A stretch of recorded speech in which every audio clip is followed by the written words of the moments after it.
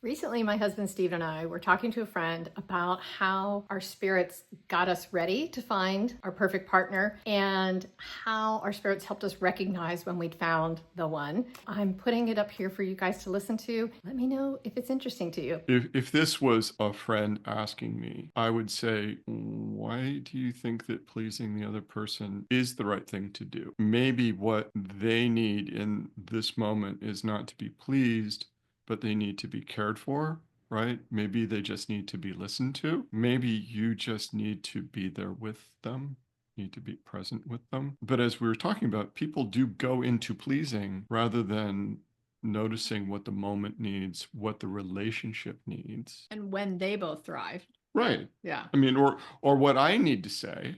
Right. How do I need to show up in this moment? And they go towards the pleasing or the right thing. The scripted thing. Right. Yeah. Doing it wrong, not doing it wrong. Taking care of yourself versus taking care of your partner goes back to that idea of, are you trying to stay out of trouble? When men and women try to stay out of trouble and do the best thing, so I'm the good girlfriend, I'm the good boyfriend, I'm the good daughter-in-law, I'm the good whatever, everything is outward focused, where they're looking for that reflection back of how good a person they are or how good of whatever role they're playing. And they don't usually tune in to if they're really enjoying it, who they really are. Does it reflect their core values? Does it reflect how they want to be in the relationship? And I think that's where that resentment builds. And so caretaking of yourself is also checking inward. Like, do I want to sign up for that PTA bake sale? Do I want to volunteer to do that thing? And caretaking of yourself is like, I really don't. I'd rather just give them $30 and say, here, I'll buy the whole tray of cupcakes and just be done with it.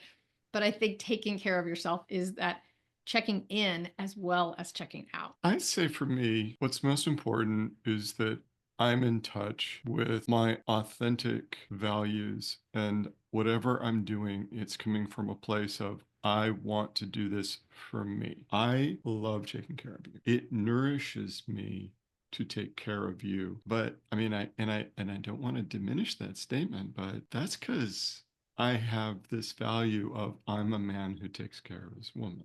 Right. Right. Yeah, it's part of your definition of self. Right. Yeah. I take pride in that. That is core for me. It's like taking out the trash, right? Yeah. I don't take out the trash because It's your chore. you'll get mad at me if I don't take out the trash, Right. right? It's like I take out the trash because I take care of my house, Yeah. right? Now that nourishes me. I am a man taking care of his house. And when I try to take out the trash, you take it from my hands and say, you have a man in this house. That's who's taking out the trash, right? Right. So it's part of Right. it is done. I'm like, all right, I'm Right. not gonna step on that Right. part of your chore. And that's part of it, right? Right. It's like, oh, that's what I do. It's not gender roles. Oh, but it's something you've claimed. It's something I've claimed, Yeah. right? Happy to let you claim it. Well, and that's important for two people to work out, Yeah. right? And often doesn't get worked out, True. right? True. And then it becomes the wife or the female partner or the partner who's more of the householder keeps the chore list in her head and delegates out. And then I've heard you talk to some of the guys in your men's group that you used to run about, like, okay, but who holds the responsibility for all of it getting done? That's who's really in charge and having to have the weight of that, right? And then the guy is given his assignments like he's one of the kids. He resents it, she resents it. It doesn't work well. So that divvying up, we did that early on, of like divvying up. Okay, I'll do this, you do that. You know. Yeah, it is a very common complaint for men to come into a men's circle and say, well, I do half the of the housework. Yeah. And But I don't get the credit. yeah, I don't, but she's never happy, or he or she is never happy. My partner, I get that vibe that it's never enough. And I point out, it's like, well, in the workplace, do you manage other people? And sometimes I do. And I said, well, when you delegate something, you're still in charge of it. So your partner is delegating to you, but they're holding the success of the overall effort in their heart. Yeah. And they're like, yeah.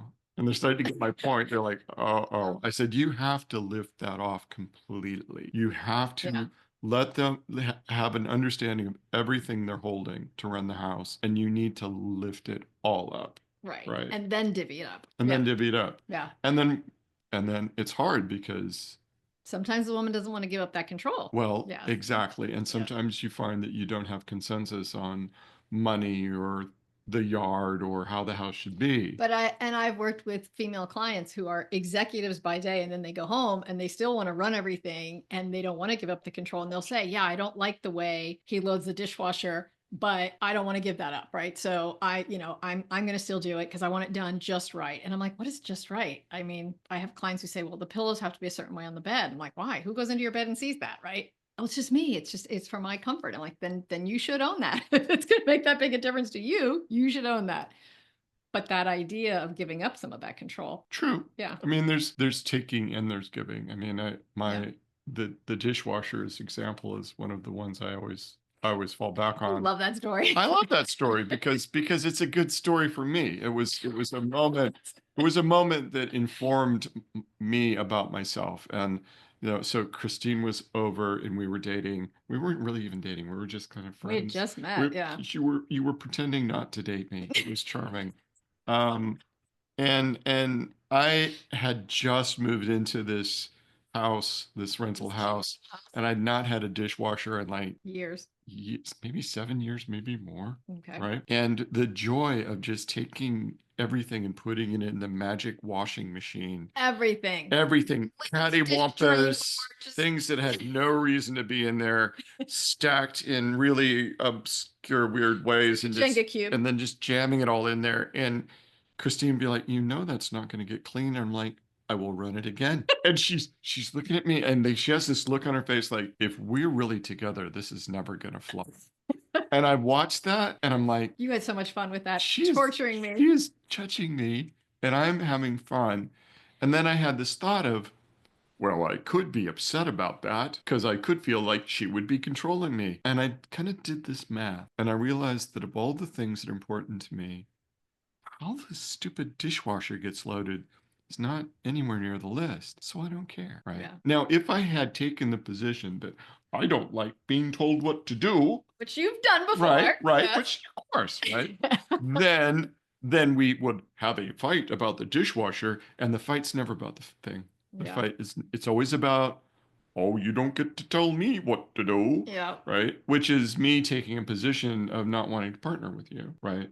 To be fair, you shouldn't want to partner with me if I want to boss you around all the time. Right. I mean, Uh-oh. But I'm saying We better stop this. But I think that sometimes it is about recognizing the tendency we each have to just say, I'm sure it'll be better if we just do it my way, whether it's how we celebrate Christmas or how people do Thanksgiving. I mean, people about Thanksgiving and their traditions, right? And it's like, well, he comes from a family that does Thanksgiving dinner, but my family always does Thanksgiving brunch. And now we're having this big fight about it. Right. So it's even recognizing, like I you think said, we're both so controlling that we both eclipse each other constantly. but But I think that having the understanding, like you said, of does this even make it on my list of core values? When I really think about it, I don't, as long as we like celebrate certain holidays, I don't care how we do it. Right. Right. But we have to consciously decide that. And I think a lot of couples don't have that conversation of like, where does this rank of importance that you're going to actually fight about it? Because you're just so used to fighting about being in control.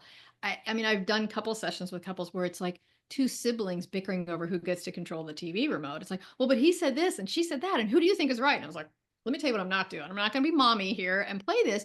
But I think it's because you can get into those power struggles that are just, they become a habit. I do think it's important. And one thing, I've gotten to be the officiant at a few different weddings. Mm-hmm. And what I will work into that process, either in the ceremony or afterwards, is I will pull the couple aside and I'll say that, well, now you have to understand that now there's this living thing, which is your marriage. Right. Yeah. And before this, you were really only thinking about yourself and what you liked and what you didn't like. Right.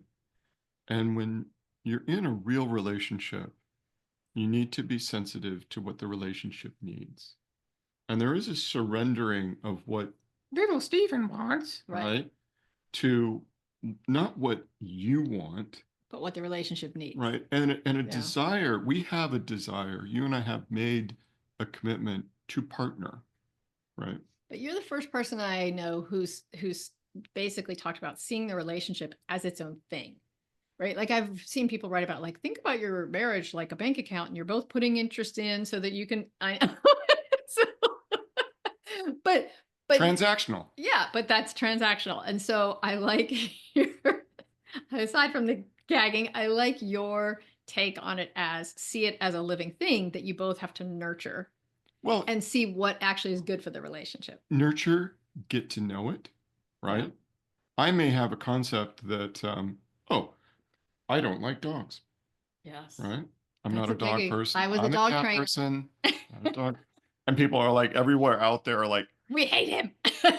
what kind of person doesn't like Doesn't like dogs? the kind that was bit multiple times as a kid. True, true. Not a dog Yeah. person. And yet I will go to dog shows with you, not because I'm acquiescing, Right. but because I kind You of like have doing to just last. I kind of like doing everything with you. Yeah. You're my sweetie. And to open up your heart and it be like, yeah, I have a ton of preferences, a lot of stuff, a lot of narrative. This Stephen likes this and doesn't like this. But to be able to discover who I am with you, Yeah. right? And we had a blast at all those crazy people at the But dog no, show. but I don't like Brussels sprouts, and it doesn't That's never going to matter change. if you're with I me know. or not. There are different types of stress that I might be under and different things that would nourish me, right? There's times where you've just, you've had a crap day and you just need a long hot bath with a glass of wine. Or there's times where I have literally not set foot outside all day because I've just sat down at my desk at 7:30 and it's dark and I missed the whole day. And if that happens a day or two in a row, he's like, come on, we're going in the car and we're going on a hike. And I'm like, wait, what are we doing? He's like, you need to be outside. And I know that will nourish you and you're missing that. He knows the kinds of remedies for what might ail me, right? And if he's not sure, he asks. And sometimes he'll come to me and say, we're going to go do one of these two things. What do you want to do? Right. I don't want to have to maybe make all the decisions. That feels great. And I will say to him, like, I know you like to eat out more than me. We haven't eaten out in this many days. Where do you want to go? Let's go to a place. Right. So knowing what nourishes him, what nourishes me, and choosing that as us investing in each other, to me, that's caretaking versus pleasing. I mean, when I met him, I would say, I love to hike. And he's like, you mean walking outside? He just didn't get the whole hike thing either. So, I right. don't like the H word. I know. I know. I will take a walk. I'll Yeah. saunter. If but I say you want to go for a walk, yes. You want to go for a walk in the woods or around that lake? Sure. If I say you want to go for a hike around that lake, no. Right. no, no. You got to Boundaries, sell it. boundaries. But my point was that knowing what nourishes each other, I think, is part of caretaking versus pleasing, right? He's not doing that to score points with me. I'm not suggesting dinner out to score points with you. It's more the nourishing and the caretaking. One of my stories, which I don't look very good in, but I'm going to tell it anyway, is that we were sitting at my kitchen table and I said, I know we just started dating, so I want to tell you something. I typically date like these big buff guys who work out a lot. I dated like firemen. I dated a guard. I dated different guys who are in that really masculine caretaking role and protective role because I had a lot of male energy that I don't like that comes out. When I'm feeling under pressure, I'm feeling stressed, my male energy comes out. And I said, so if that starts to happen, I need you to kind of be big, have more male energy and say, hey, I got this. Don't worry about it. Calm down. And he just looked at me and said, that sounds like your work to do, not mine. Why did that just get assigned to me? And I was like, no one had ever said that. Most guys are like, yes, I'll rescue you. I'll save you. I'll tell you to settle down in some polite way. And he just said that sounds like I have to monitor something you're working on. And that doesn't sound good for either of us. And I was like, oh, I might be in trouble here. It was also your male energy telling me what to do. With your male energy. It's like, I have a lot of male energy, and so I'm going to use that male energy to tell you what to do with your male energy. I'm like, no. no, we're just going to just stop right there Yeah. and not do any of that. And you were like, yeah. Because you what? also didn't say it. You weren't in an out of balance, male or female energy. You're just like, yeah, I don't think I want to do that. And it was So, I mean, mine's maybe a little less charming, but oh great. we were spending a lot of time together. Oh yeah, we met right as the COVID bubble shut down and everybody had to go into lockdown. We had just met, and so we were both single and we're like, okay, we'll be part of each other's COVID bubble. For me, there's a certain, I don't even know quite the word, but there's a certain kind of energetic cadence where I can tell we are inseparable, right? We would not see each other all day because we're busy. We've got lives and jobs and stuff. And then I would drive to her house and read to her sit beside her bed and read to her until she was ready to fall asleep. I went through this bout of insomnia and I'm like, I'm just not going to sleep. I will read for a couple hours. He's like, couple hours. I'm like, yeah. He's like, you just need the right voice reading to you. I'm like, no, that's not it. He's like, let me just try. So he drives over to my house and he read this really cool book. And he starts reading to me. And after like 40 minutes, I'm like, I think I can sleep now. Cause again, that's super calm, steady energy. And, and I said, I can't believe I fall asleep so easily. And he said, I can. I am your person. I was like, you are my person. It was just, but that I would say I compare it to the quiet knowing that's so steady because when we first met and we were friends, we were both dating other people. And both those relationships were kind of a crash and burn. Oh, we were dating these people who were not particularly great for us. And then we started noticing we would not want to go on a date with those people and hang out with each other. And we would say, oh, it's because it's COVID. Oh, it's this, it's that. And he's pretty soon, he's like, can we just admit, like, we prefer to spend time together. We're dating. Let's just do that. Right. And She's like, no, no, no, I'm dating, no. She did do this. I had this idea of, oh, but I always date guys who are like this, and this. And especially when I met you, he was super quiet and shy, very introverted. I held a dinner party. I invited him and like 6 other people there, and he spoke like 2 words the whole night. And I was like, I will eat this guy's lunch. I will just talk his ear off. He'll never get a word in edgewise. This is never going to work. And here we are. And that hasn't changed. Yeah. You're talking. Giving you airtime. I think we magnetized the right person, even though we were looking at different people, because I think we did our work. I think we both were actively working with some sort of coach, therapist, whatever. And really, when I met you, you were really in it. You were really doing your work. So was I, because I had just come out of a 3-year relationship. We were both really trying to show up as unburdened with all our wounds from our last relationships as possible. And to really feel into and own, if we were talking and one of us got triggered, we were pretty good about going, hold on, that feels weird to me, or I notice I'm having a reaction. Let me sit with that for a minute, and then talking to the other person about it. So I think I don't know that you know this, but you might have not be first and foremost in your thoughts. But for about 18 months to 2 years, I had a morning ritual. This is, of course, before we were living together, where I would meditate with the incense and everything, do some chanting, Heart Sutra. And as part of that process, I did have, you know, a visualization and exercise where I would call in my partner. And it was a very thoughtful list that I had a practice where if while going through this list every morning, there was something that was missing or something that wasn't true, I would immediately change it. nice. And Meaning it didn't feel true in your body. right. Okay. And so what was interesting for me in that process was that at one point I realized that I tended to make decisions based on an imaginary buffet of what was possible, not just in relationships, but in jobs, opportunities of all kinds, right? And I realized that in that process, I was limiting what could happen, Right. right? Only to what you could imagine. Right. Yeah. So instead of having a list of different traits, it was a partner to whom I'm with them and I am happier than I can imagine. That's A good. partner that brings me more delight than I can imagine. And I started opening up all the phrases to being about more than more. You could comprehend. Right? More than I could comprehend. Right? And this is back when I was in California. Okay. Right? And so for me, that was an important part of the process. It opened up my heart so that I was completely open to what would happen next. Yeah. Right. Which then magnetizes in somebody else with an open heart who's wanting that. And it reminds me, now I'm going to change my answer because I've got a more compressed I one, thought so it you work might. better. I thought you might. Which is that when I got out of that 3-year relationship, I started to make the list, right, of like, oh, I want a person who has these traits. And when we first start to make those lists, they're frequently I want the not that. Whatever the last person was who hurt us, right? I want him to not be cold. I want him to not be overly competitive. I want, whatever the thing is that we think brought us misery, we usually, people will start creating, I want not that. And my spirit said, yeah, that's fine for this week, but by next week we're going to, move on from that stuff.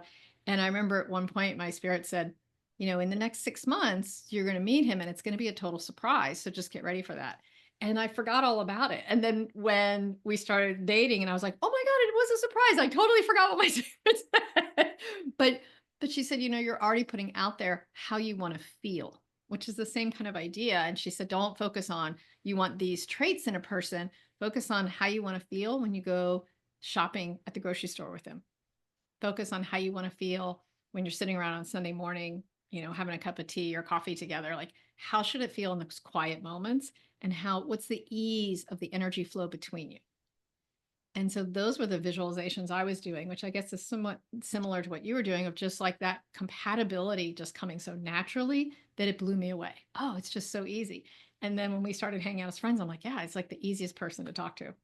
I'll add one more thing. Okay. At the end of the list, I had a phrase that was the equivalent of, and I'm basically a rather stupid person.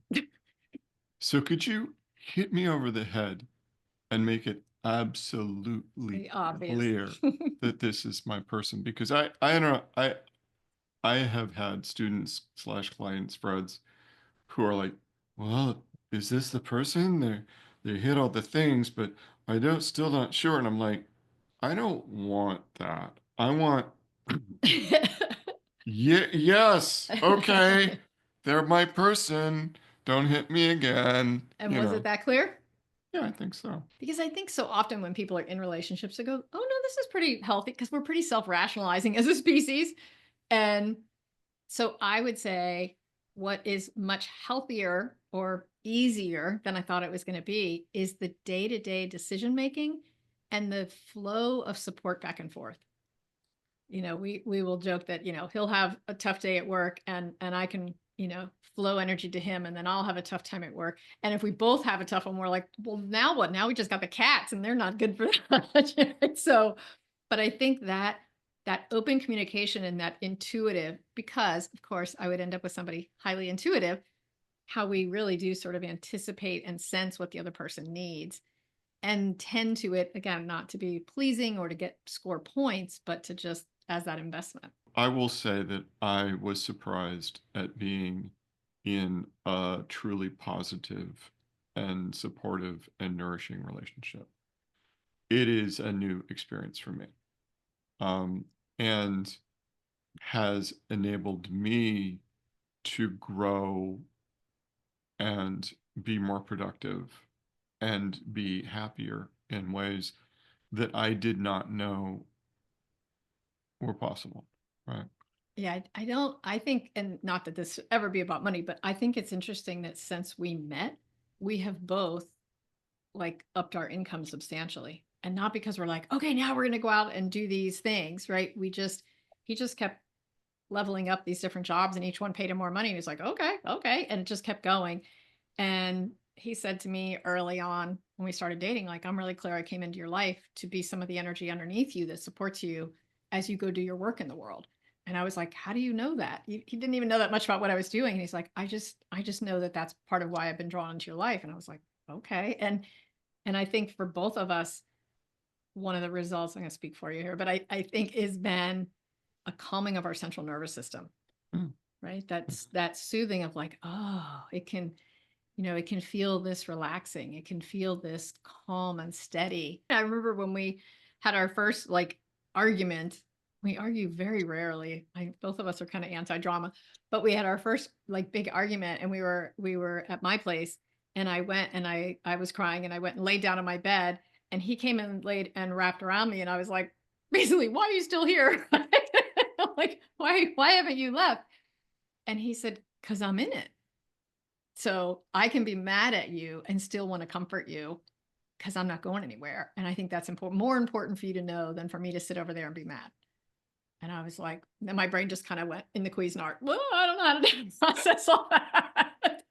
And I was like, okay, I think I'm going to get over myself now, right? Because that was a deeper core value, right? Is that we remain connected versus right or Right. upset or whatever. But yeah, Yeah. We can have a falling out and it doesn't matter because we're in it. I used to be kind of a pusher in that I wanted to get things fixed right away because I couldn't stand the discomfort of being out of connection and out of sync with my partner. So I'd kind of be like, I remember on Friends once where Joey's like, it's like being pecked by a baby duck. They're kind of cute, but they're really annoying, right? I think I was the baby duck. And I would be like, are you upset? Are you upset? Why are you upset? When do you want to talk about it? Right. And so the person that I was in partnership with didn't get a chance to actually process their feelings enough to be articulate. So I ended up like kind of helping them process. And it was disempowering for that person, but it was based out of my inability to be uncomfortable.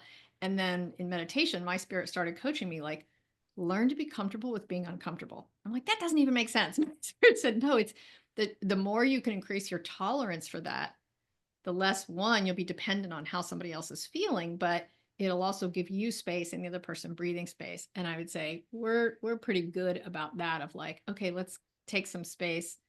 I don't have to have that resolution right away because I'm uncomfortable, right? We can be in a disagreement about something and not have to figure out who's right in that moment. It's like I want to honor myself and him more than that. I do remember you being very impatient and wanting to kind of get over whatever it was very quickly.